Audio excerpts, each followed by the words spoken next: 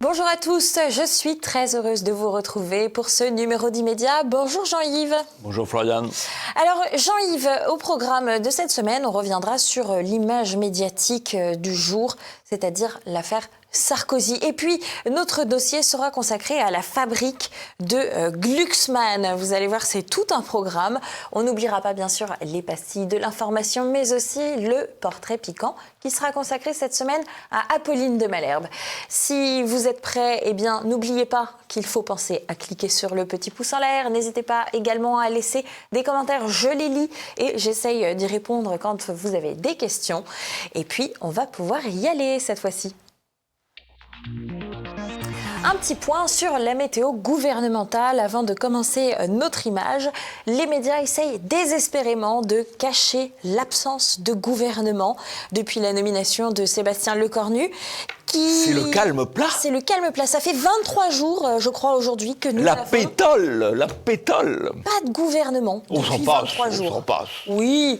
Alors, toujours est-il que nos médias annoncent déjà un petit peu la couleur. Certains disent que de toute façon, ça n'aura rien de transcendant. Et puis, d'autres parlent même d'une absence de fumée blanche. C'est certain, en tout cas, non habemus ministri. C'est bien la preuve que tous ces gens n'ont pas beaucoup d'importance. L'image de la semaine, je vous le disais, c'est l'affaire Sarkozy avec des médias qui sont particulièrement en folie. Pour citer le papier de mon camarade Renaud de Bourleuf dans le JT de TVL de la semaine dernière, c'est encore Nicolas qui a payé cette fois aussi, mais à cause de la justice politique, comme on va le voir dans quelques instants, Jean-Yves, alors qu'en fait un tribunal populaire aurait pu trancher peut-être autrement, peut-être mieux. Toujours est-il que je vous propose, pour commencer ce sujet, de regarder la vidéo de l'avocat de Nicolas Sarkozy qui était interrogé par Apolline de Malherbe sur BFM TV, qui lui pose une très bonne question. Vous allez voir. Que la présidente du tribunal aurait participé à une manifestation contre Nicolas Sarkozy en 2011. Avez-vous cette information ? Oui. Est-ce que c'est de nature, à vos yeux, à déconsidérer l'impartialité de la justice, ou est-ce que ça rajoute à votre sentiment d'impartialité ? Je veux pas, encore une fois, parce que je veux respecter la justice, pas nécessairement lui faire confiance, mais respecter la justice, je ne veux pas croire que ça ait pu influencer sa décision. Maintenant, je comprendrai que d'autres le pensent. C'est intéressant puisqu'effectivement, la présidente qui a condamné Nicolas Sarkozy, et qui d'ailleurs est impliquée dans d'autres affaires, puisqu'elle s'était occupée aussi de l'affaire Fillon, est une militante syndicale, non pas d'ailleurs du syndicat de la magistrature, mais l'Union syndicale des magistrats. Pour faire simple, le syndicat de la magistrature, c'est l'extrême gauche, et l'Union syndicale des magistrats, c'est l'extrême centre. Mais tous ces gens-là sont politisés, et évidemment, ça fait partie quand même du panorama global. Quand on parle de la justice, elle n'est pas éthérée, elle est faite par des hommes, elle est faite par des femmes, qui sont très souvent des militants politiques et des militants idéologiques. C'est le cas manifestement de cette femme. Dont on peut se poser la question de leur indépendance. Toujours est-il de leur indépendance, pas forcément, mais de leur partialité quand même, alors que le juge est réputé impartial, sauf que beaucoup sont des militants politiques, ce qui limite un peu l'impartialité. Voilà. Tout à fait. Alors, il y a également des zappings qui ne sont pas tout à fait anodins, et je vous propose de regarder celui réalisé par France Télévisions, qui est un choix assez audacieux de la part du monteur. On va le dire comme ça, on regarde tout de suite. À tôle pour Libération, avec des lettres en forme de barreaux de prison devant le visage de Nicolas Sarkozy. La déflagration pour Sud-Ouest, le séisme, titre Le Figaro. Toute la presse française met en une la condamnation de Nicolas Sarkozy. Let's rock. Everybody, let's rock. Everybody on the wall say black. While dancing to the jail. Le Frankfurter Allgemeine Zeitung, qui est quand même la Bible du patronat allemand et qui est plutôt conservateur, note « Nicolas Sarkozy était un poison pour la démocratie. Il a sapé les principes républicains en s'attaquant aux juges. Maintenant, le bling-bling, c'est fini. » Alors, ce qui est intéressant là, Jean-Yves, c'est que évidemment c'est une petite crasse journalistique, c'est que on parle de la condamnation de Nicolas Sarkozy. Juste après, on met une vidéo découpée d'un moment où tous les gens dansent et font la fête. Ça donne évidemment une indication sur ce qu'il faudrait en penser, c'est-à-dire que c'est la teuf, Nicolas Sarkozy va aller en prison. C'est la teuf, Nicolas. Alors, c'est assez intéressant d'ailleurs cette affaire Sarkozy sur le plan du traitement médiatique, parce que on a un traitement médiatique là, en l'occurrence. Pluraliste, c'est-à-dire schématiquement le service public, France Info, France Inter, France 2, France Télévisions, à fond pour les juges contre Sarkozy, et à contrario les médias Bolloré, le JDD, CNews, à fond pour Sarkozy dans la critique des juges. Alors, on peut dire que c'est une double partialité en quelque sorte, mais au moins il y a une diversité dans l'expression de l'opinion sur une affaire judiciaire extrêmement importante. Il y a de la diversité à condition de savoir changer de chaîne. Oui, alors sur BFM TV, c'était quand même particulièrement engagé comme traitement. Et je vous propose de revoir cet extrait de BFM TV avec la journaliste Émilie Broussoulou, dont vous verrez qu'elle vient d'une famille très particulière, qui pose une question à Henri Guénaud ainsi qu'à une invitée magistrate. On l'écoute tout de suite. Pardonnez-moi, mais quand vous dites un coup d'état judiciaire, oui. J'ai forcément envie de faire réagir Madame la magistrate, Evelyne Sirmarin. Est-ce que ça vous fait mal d'entendre ça? Non, parce comme Henri Guénaud qui parle d'un coup d'état judiciaire. Jean-Yves, ce qu'il faut savoir, c'est que donc cette fameuse journaliste, Émilie Broussoulou, c'est la belle-fille de François Hollande et de Ségolène Royal, puisqu'elle est mariée à Thomas Hollande depuis 2018, c'est-à-dire l'aîné des 4 enfants. C'est pas tout à fait neutre. La gauche, c'est un peu les 200 familles de la gauche. Alors, il y a la famille Hollande qu'on trouve dans la politique, dans les médias. Il y a la famille Duhamel qu'on trouve dans la politique et dans les médias. Il y a la famille Glucksmann qu'on trouve dans la politique et dans les médias. Il y a la famille de Nervaux qu'on trouve dans les associations, dans la politique et à l'Arcom. On a la famille Sidbon-Gomez qu'on trouve dans les médias et là aussi dans la politique et dans l'associatif. C'est les 200 familles de la gauche. Petite précision quand même. Cette dame Broussoulou, belle-fille de Hollande, qui interroge Madame la magistrate. Madame la magistrate, c'est une ancienne présidente du syndicat de la magistrature. Donc là, c'est pas la magistrature d'extrême centre, c'est la magistrature d'extrême gauche. Madame la magistrate est une militante d'extrême gauche. Alors en tout cas, à gauche et à l'extrême gauche, on s'est beaucoup intéressé aussi aux conditions dans lesquelles Nicolas Sarkozy serait incarcéré.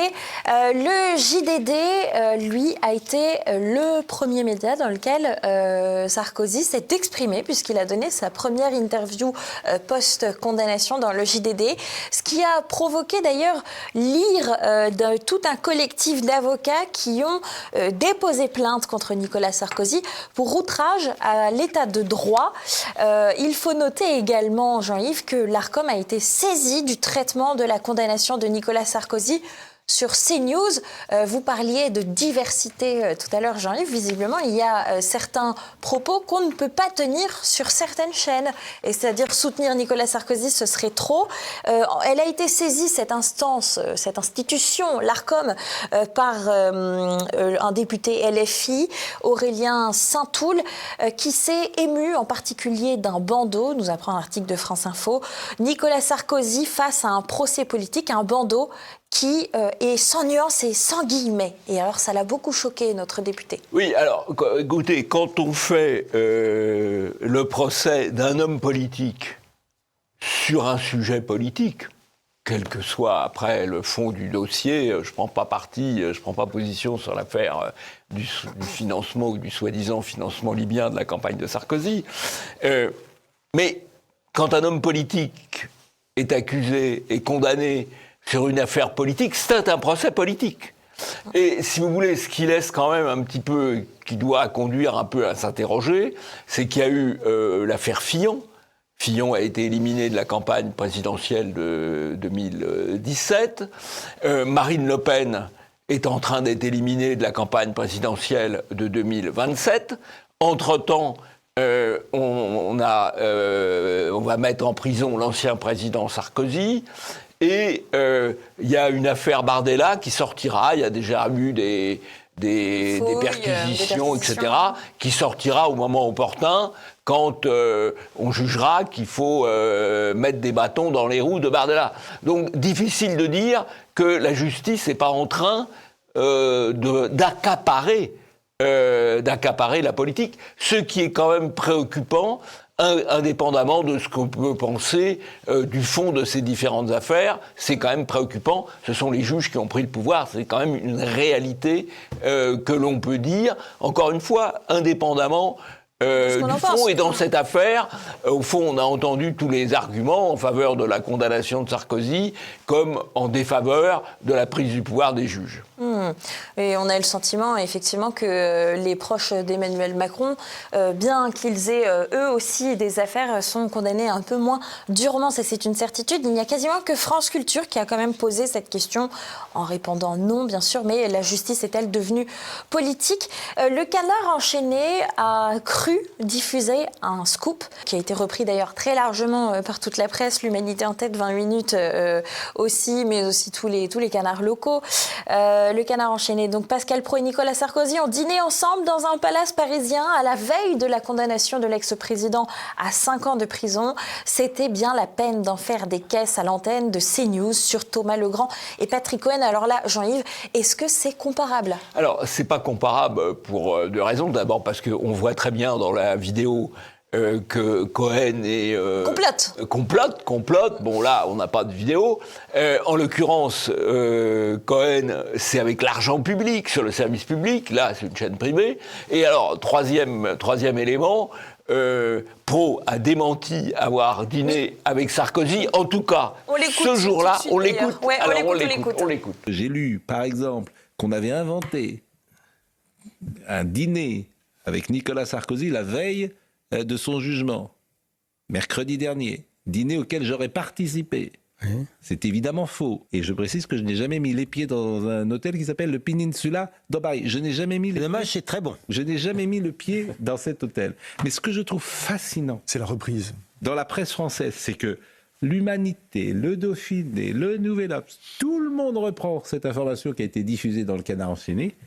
Et qui n'est pas exact. Ils vous ont pas demandé. Mais personne ne m'a appelé. Personne ne vous a interrogé. Personne ne m'a appelé. Alors il réfute, effectivement, c'est ce que vous disiez, la date, le lieu, le dîner, on ne sait pas. Il a pu dîner, d'ailleurs, objectivement, qu'il y ait des liens entre Sarkozy et les médias Bolloré. Oui, Sarkozy est au conseil d'administration de Lagardère. Oui, il y a des liens entre Bolloré et Sarkozy, bon, c'est sûr. Mais en l'occurrence... tous les médias ont repris une information fausse. Fausse par la date, fausse par le lieu.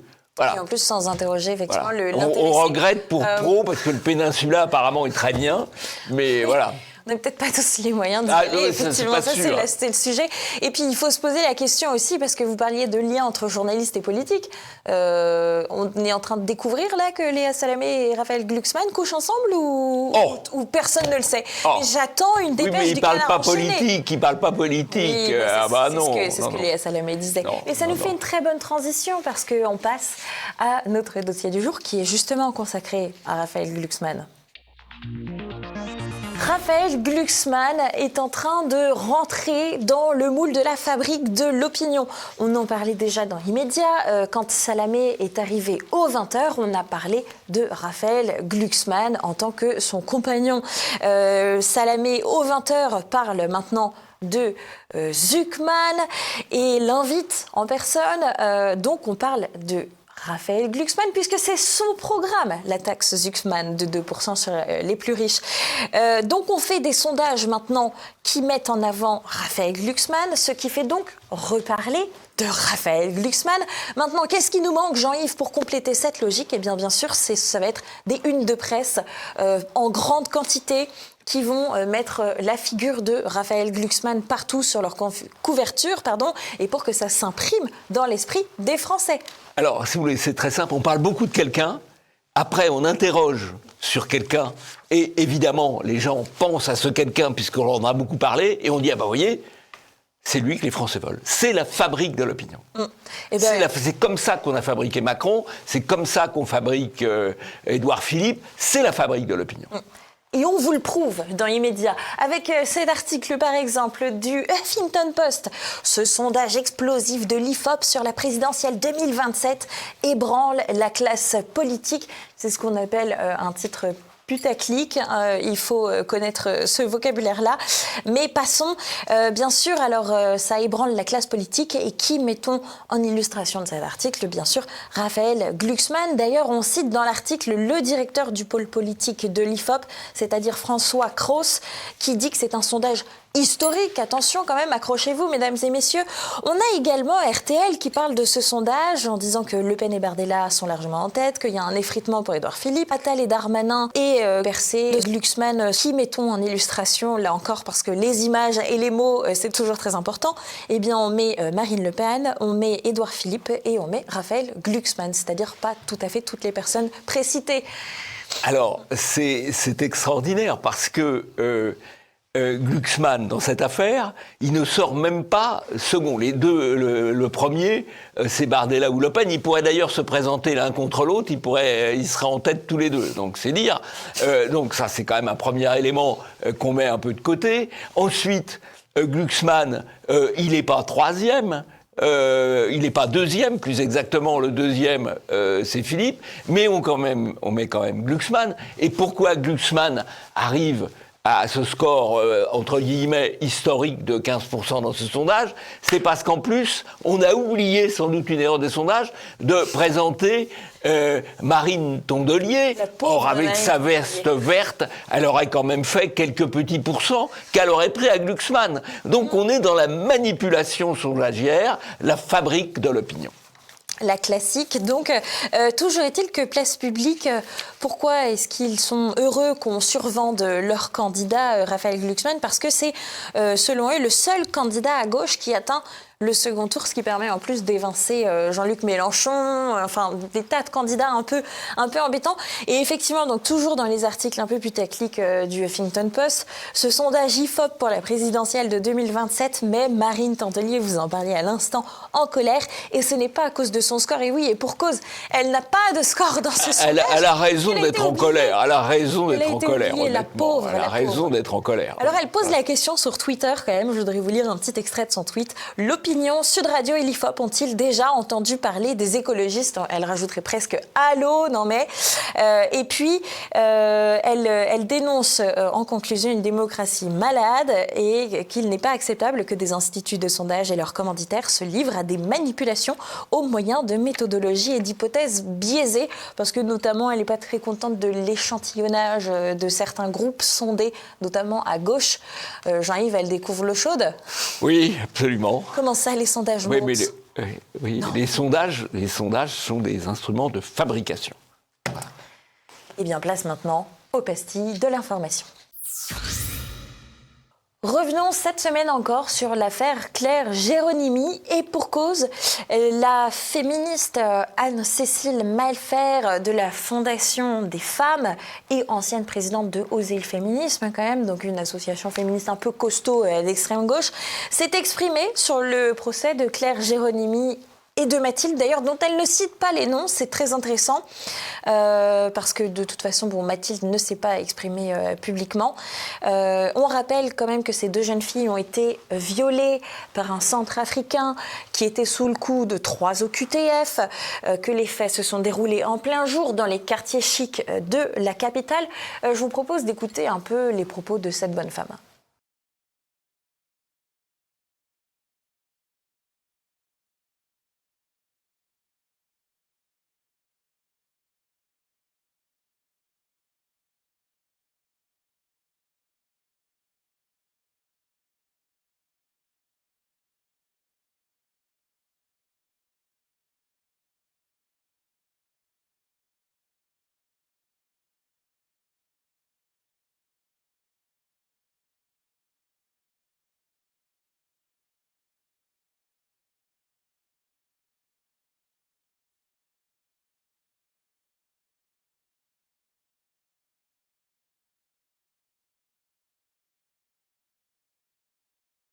Ah bah c'est sûr que les féministes sont pas sur CNews, comme dit Madame Maillefer. Elle est plutôt sur le service public, puisque son mari, Monsieur Sidbon Gomez, est le numéro 2 de France Télévisions et de Madame Ernotte. Donc on retrouve les familles de gauche, voilà. CNews est dans le viseur du service public, on l'a compris tout au long de cette émission. On vient de dire que l'Arcom avait été saisi pour l'affaire Sarkozy et leur traitement qui avait été jugé partial par un député LFI. Et là, cette fois-ci, l'Arcom voudrait punir CNews sur l'immigration, ou du moins le propos suivant, l'immigration tue. Et le Conseil d'État, figurez-vous, est en passe de confirmer une sanction de 60 000 € contre CNews après des propos jugés stigmatisants par l'Arcom. Ce qui est tout de même curieux, comme le rappelle Judith Weintraub, qui est journaliste au Figaro Magazine, parce que pour la même phrase, Stéphane Ravier avait été relaxé, lui, par la justice. Donc la question est la suivante, elle la pose d'ailleurs. L'Arcom aurait-il donc une loi au-dessus des lois ? Oui, alors si vous voulez, c'est assez important parce qu'il y a une loi qui est une loi qui réprime les délits d'opinion, qui s'appelle la loi Pleven, que la justice judiciaire met en œuvre, mais qu'elle met en œuvre dans le cadre de procédures contradictoires, avec des possibilités d'appel, et de manière, quand même, je vais défendre la justice judiciaire, de manière relativement prudente.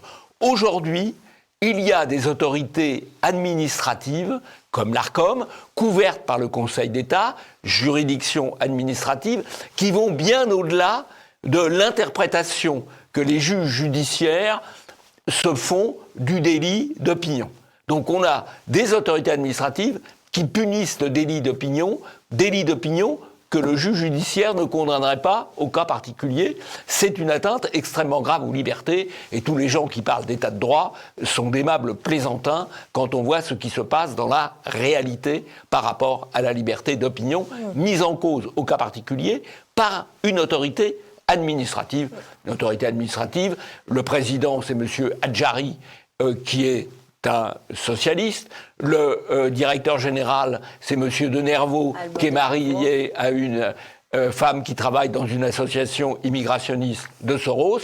Et le président du Conseil d'État, comme d'ailleurs les présidents des sections du contentieux et autres du Conseil d'État, viennent du Parti socialiste. Donc tout ça est une affaire de socialistes qui condamne CNews, ce qui est un petit peu normal, compréhensible. Effectivement, l'Arcom essaye de taper sur CNews, mais les petits soldats de l'Arcom également. Et on a par exemple cette vidéo qui est assez amusante de Delphine Ernotte, qui dénonce CNews et qui dit que c'est eux qui tapent sur le service public. Est-ce que le service public est si impartial que ça ? La question, c'est ça qui se pose. Écoutez, ça fait 4 ans, d'accord ? Ça fait 4 ans que CNews tape sur le service public, matin, midi et soir. Ça fait 4 ans qu'on met des journalistes du service public à l'affiche sur CNews. Moi, je suis là aujourd'hui pour défendre le travail de cette maison France Télévisions. Et Jean-Yves, on a également un soutien assez original à CNews. En l'espèce, c'est Marlène Schiappa qui répond à la question du Figaro. Le service public penche-t-il à gauche ? Et elle dit « Quand tous les matins, je mettais France Inter et que j'entendais les humoristes faire des plaisanteries graveleuses à mon endroit extrêmement sexiste, si elles avaient été faites dans une émission de Pascal Praud, je pense qu'il y aurait eu des signalements de l'Arcom. » Elle dénonce là très clairement un 2 poids, 2 mesures. Elle ne vit pas dans le même monde que Delphine Ernotte, qui, elle, tape sur CNews. Oui, absolument. Et puis, la gauche, c'est la manie de la délation. Donc, le signalement, ils ont ça dans les gènes, quoi. Donc, ils font des signalements en permanence. Un article de France Bleu, ou plutôt de Ici, qui nous montre un lien entre le service public et l'extrême gauche, cette fois-ci, avec ce titre qui est très intéressant. À Brest, les antifascistes ont fait bloc lors d'une manifestation sous tension. Donc déjà, on a un titre qui est quand même très positif, c'est-à-dire qu'il résiste visiblement à quelque chose d'affreux. Et il y a cette phrase vraiment géniale. La présence massive des forces de l'ordre a provoqué quelques frictions en fin de manifestation. Comme on n'est pas à une contradiction près dans cet article, les forces de l'ordre, on nous dit que donc, pour la manifestation, l'accès était barré par des dizaines de policiers et de CRS. Alors, je ne sais pas si on peut vraiment dire que c'est une présence massive, enfin... Ça n'a aucun sens, quoi. Si, ça a un sens. C'est-à-dire qu'ici, c'est quoi? C'est l'ancien France 3 régional. Là, c'est ici, Bretagne. C'est-à-dire que c'est des journalistes d'extrême gauche dans le service public qui relaient une manifestation d'extrême gauche dans la rue. Voilà. Tout ça se tient la main dans la main. C'est évidemment assez préoccupant en termes de liberté d'opinion. Mais il faut bien voir que la presse régionale, que ce soit la presse régionale audiovisuelle ou la presse régionale, la presse quotidienne régionale écrite, est quand même extrêmement militante. C'est le fond de cuve des écoles de journalistes, avec une présence de l'extrême gauche extrêmement puissante. C'est gangréné par tous les petits militants antifascistes qui n'ont pas réussi à faire une grande école. En effet, place maintenant à la pastille suivante. Un point sur les audiences télé, ça faisait longtemps, avec notamment des audiences historiques pour CNews, BFM TV qui commence à passer à la traîne, mais aussi un point sur le groupe M6, avec notamment sa chaîne W9 qui cartonne littéralement, qui fait des scores d'audience qui n'ont jamais été atteints depuis le recrutement de Cyril Hanouna. Voilà, un petit point donc sur les chiffres. En tout cas, CNews commence à devancer BFM TV d'1 point sur les pourcentages de part d'audience, ce qui n'est pas rien. Également, un petit zoom sur le JT de France 2 avec Léa Salamé, qui est à la traîne, qui n'a pas l'effet de surprise positif attendu. Le Point fait même cet article. Et si France Télévisions avait fait le mauvais choix, elle fait moins bien qu'Anne-Sophie Lapix, c'est dire. Et de temps en temps, elle passe même sous la barre des 3,5 millions de téléspectateurs, c'est-à-dire moins que jamais, en fin de compte. Oui, mais alors, en fait, elle n'a pas été choisie forcément pour remonter l'audience de France 2, ce qu'elle ne fait pas du JT de France 2. Elle a été recrutée pour pipoliser Glucksmann, oui, puisqu'on prévoit la promotion de Glucksmann. Dans la promotion de Glucksmann, on va promouvoir le couple Glucksmann, on va glamouriser Glucksmann. Glucksmann, il est terne, il est ennuyeux, donc on va le présenter en couple pour le glamouriser. Et pour pouvoir le pipoliser, le glamouriser, fallait mettre en avant Léa Salamé, d'où l'opération JT. C'est encore de la fabrique de l'opinion. Tout à fait. Alors, toujours est-il que Léa Salamé, comme on le voit, ça ne prend pas. Du reste, elle a quand même eu quelques moments de malaise, notamment celui avec Marion Cotillard, qu'on vous avait même pas diffusé parce que moi, j'étais trop mal à l'aise de vous le passer, où elle l'interroge sur sa vie intime, sur sa vie privée, juste après sa séparation avec Guillaume Canet. Voilà, on fait même du people dans les médias. Et récemment, elle a refait une bourde, quoi. Elle a confondu Henri Guénaud avec Claude Guéant. Je vous propose qu'on l'écoute tout de suite. Claude Guéant, encore un mot sur cette condamnation. Sur la Henri Guénaud, pardonnez-moi. Alors là aussi, c'est une gaffe. Ça peut arriver, mais c'est une gaffe. D'abord parce que Guéant vient d'être condamné lourdement, ce qui n'est pas le cas de Guénaud, et que par ailleurs, Guénaud et Guéant, qui ont été tous les deux au service de Sarkozy, ne s'entendaient pas tout à fait. Voilà. Donc c'est une gaffe. D'ailleurs, Guénaud est très vexé voilà, on le sent vexé, quoi. Voilà, bon. Allez. Il y a 400 fois plus de salariés à France Télévisions, mais en tout cas sur TV Liberté, avec beaucoup moins de personnel. Eh bien, on ne se trompe pas dans les noms. Alors, je vous propose de regarder le JT avec Élise Blaise, avec Olivier Frère-Jacques. Vous serez mieux servis, toujours. Le dossier Nord Stream refait surface avec une info qui fait un peu flop, malheureusement, parce qu'elle arrive tard. 3 ans après le sabotage de Nord Stream en mer Baltique, semblerait-il, on a réussi à interpeller un coupable et il s'agit d'un plongeur ukrainien, Jean-Yves.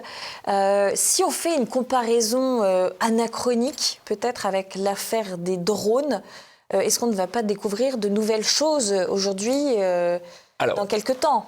En matière militaire, il faut être extrêmement prudent, parce que tout ça se prête à toutes les manipulations.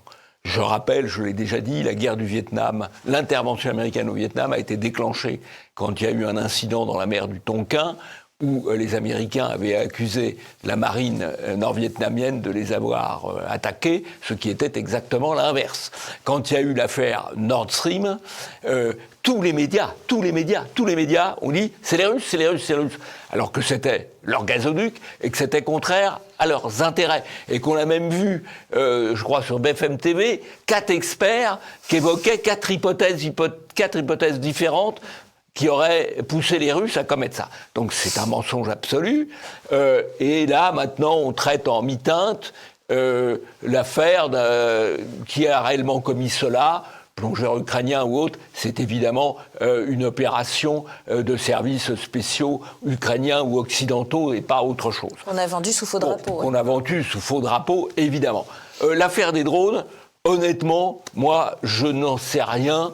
Dans l'affaire des drones, c'est peut-être les Russes qui testent, c'est pas impossible. C'est quand même une affaire qui semble extrêmement montée et mise en avant. Et moi, ce qui me paraît quand même un peu étrange, c'est pourquoi on parle en permanence de ces drones qui survoleraient des aéroports. Et pourquoi ne les abattons pas ? Il y a quand même et qu'on ne dit pas qui est absolument derrière. Alors là, apparemment, on a raisonné un bateau d'où ils auraient peut-être décollé. Je crois qu'il faut être extrêmement prudent. Encore une fois, la première victime de la guerre, c'est la vérité. Et bien sûr, les Russes, bien sûr, Poutine font de la propagande de guerre, mais les autres aussi. Et on termine ces pastilles de l'information avec un fait divers assez sordide, puisqu'on en est à 6 cadavres qui viennent d'être retrouvés dans la Seine. Le suspect, et il n'y a que Le Parisien qui en parle, le suspect, c'est un islamiste radical. D'ailleurs, l'article du Parisien du 1er septembre, donc ça fait 1 mois que cette affaire a débuté globalement, même si elle n'intéresse pas les foules. Le Parisien explore la possibilité du motif religieux, parce que le suspect semble avoir une pratique rigoriste de l'islam et il pourrait y avoir un motif sexuel même au meurtre de ses victimes, peut-être sur un fond d'homophobie.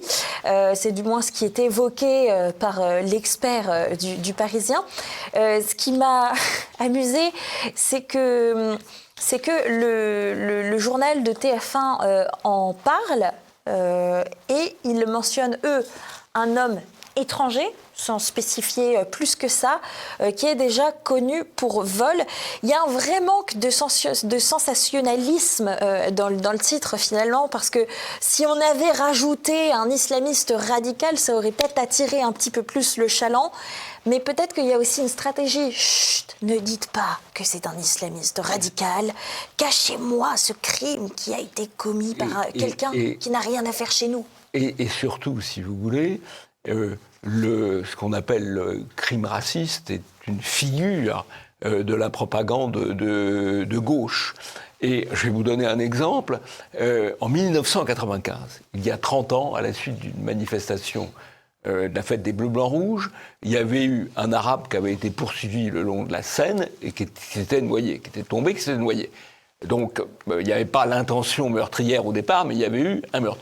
On en reparle tous les ans, le 1er mai, parce qu'il s'agit de dire l'extrême droite raciste. Là, vous avez 5 ou 6 Maghrébins qui sont tués et noyés, mais comme c'est par un islamiste, un autre Maghrébin, un islamiste, l'affaire fait très peu de bruit. Imaginez si le tueur était d'extrême droite, mais vous auriez un raffut médiatique incroyable.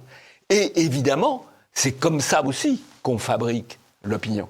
Parce que l'opinion pense qu'il y a peut-être qu'il y a des crimes racistes, alors qu'il faut remonter à 30 ans pour en trouver un, et encore, c'est plutôt un accident, et qu'on camoufle la majorité des crimes, qui sont des crimes, les crimes dont sont victimes les immigrés, sont majoritairement commis par d'autres immigrés. C'était peut-être pour aussi pas faire de mauvaise presse à la baignade dans la Seine, non? Peut-être, ah oui, bon, je ne sais pas.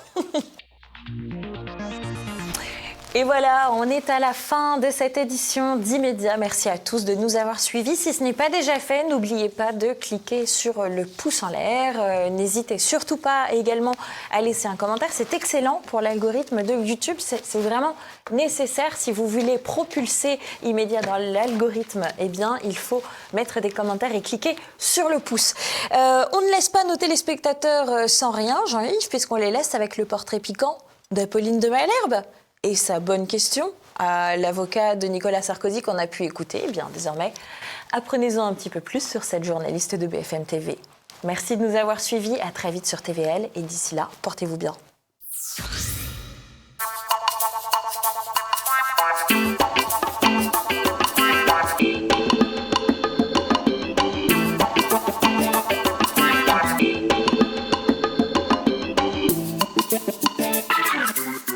Enfin, Malherbe vint, et le premier en France fit sentir dans ses vers une juste cadence. Cette citation de Boileau dans son art poétique concerne François de Malherbe, qui eut une grande influence sur la poésie française. Mais aujourd'hui, nous ne parlons pas de François de Malherbe, mais bien d'Apolline de Malherbe, dont j'ignore si elle descend de l'auteur des Larmes de Saint-Pierre. Apolline de Malherbe naît à Paris en 1980 dans une famille à la fois noble et artiste. Études classiques, lettres modernes, Sciences Po, un double master, un très bref engagement auprès de Jean-Pierre Chevènement, une appétence pour le journalisme avec des stages à Ouest France, à Figaro, puis à LCI où elle travaille entre autres avec Christophe Barbier. Elle publie son premier essai, Politique cherche audimat désespérément, et obtient le prix du livre politique Edgar Faure.